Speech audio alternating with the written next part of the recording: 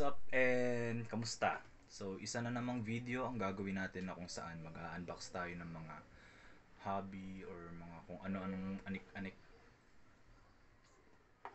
So, lately, nagsisimula pa lang ako sa ganitong bisyo which is yun, mag-card collect. Um, may mga iba na akong idea kung ano yung maganda, kung ano yung dapat na hanapin, mga ganun. Pero syempre kailangan marami pa rin ako dapat malaman, 'di ba?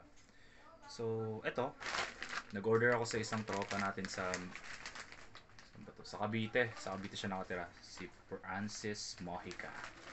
Okay. So, yun, pag may mga tanong ako, syempre tatanong ako sa kanila bilang sila yung nauna.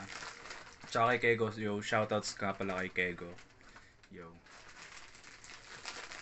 Sisimulan ko na.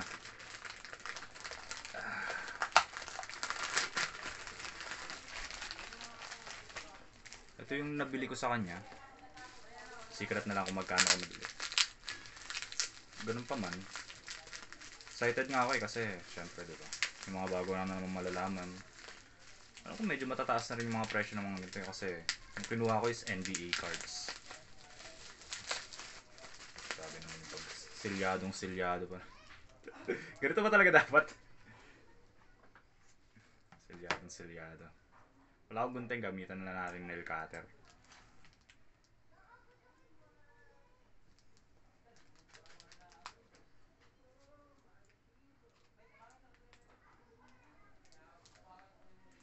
At kung makikita nyo pala may peklat na ako sa mukha ngayon.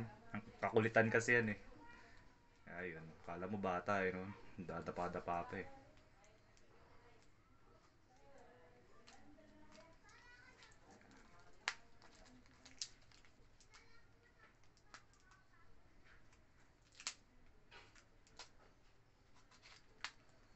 Alright. So tingnan natin kung ano yung mga nakuha ko sa kanya. Oh shit! Tapon man!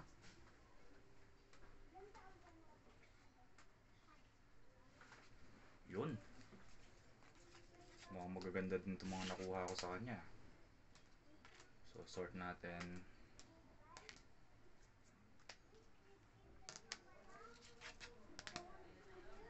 Ito dito.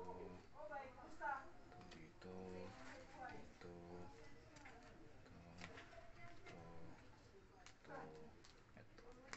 Okay, so magsimula muna tayo sa mga isahan. So binigyan niya tayo ng Klay Thompson na card. Yan. Tapos ito, Jordan Clarkson. Klay Thompson, Clarkson.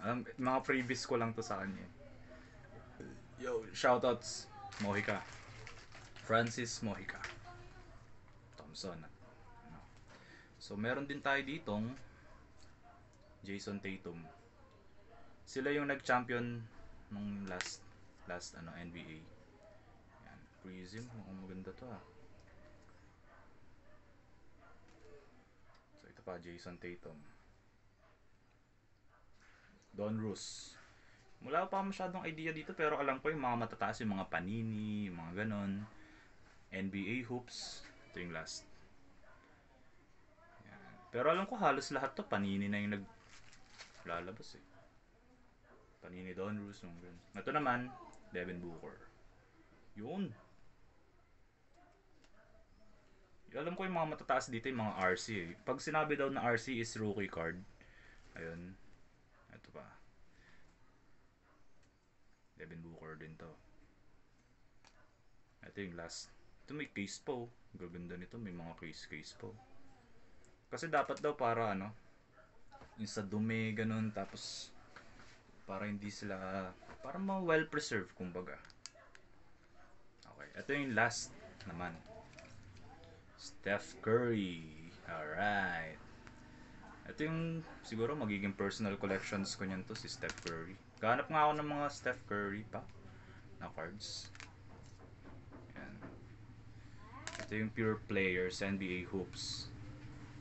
So far parang ito yung isa sa mga gusto kong cards niya na nakuha ko ngayon. Yan yung pure. Tapos meron din ako ditong Total kasi pinasok ko na yung mundo ng cards. Papasukin ko na rin tong One Piece. Yan. So, most likely mag-unbox ako nito. Pero isa-shorts ko na lang siguro siya. Tapos meron pa akong isa dito. Yan, Kobe Bryant naman yan. Na bubuksan ko din, syempre. So, ito yung pag ano pala kasi, nangyari, nabuksan na sila tapos binibenta nila ulit. Nire-repack nila. Ganun na nila binibenta nun. Nire-repack nila. So, meron ako dito mga nakuha na repack. Ito. Actually, na-video ko na yun eh. Way back before. Or kahapon ata. Ayan. Levert. Kabengel. Ano yun? Basa dyan. Hindi ko alam. Pero rookie card. Ayan. Makikita nyo siya. Rookie card. Medyo mababa pa kasi yung ano ko eh. Yung pang video ko phone lang. So to. Parang holographic thing ng mga cards. So ito yung RC na sinasabi ko sa inyo. Kapag may RC siya na ganyan, meaning rookie card siya nun. So yun. So maraming salamat at tingin ko malululong ako dito. Kasi ganda rin eh. Ganda rin pagmasdan, di ba? Pag ganyan may mga cards kang kumikinang-kinang and tingnan may reflection pa sa ano ko. So yun. So salamat at good luck sa ating lahat ng mga collector. Again, newbie pa lang ako.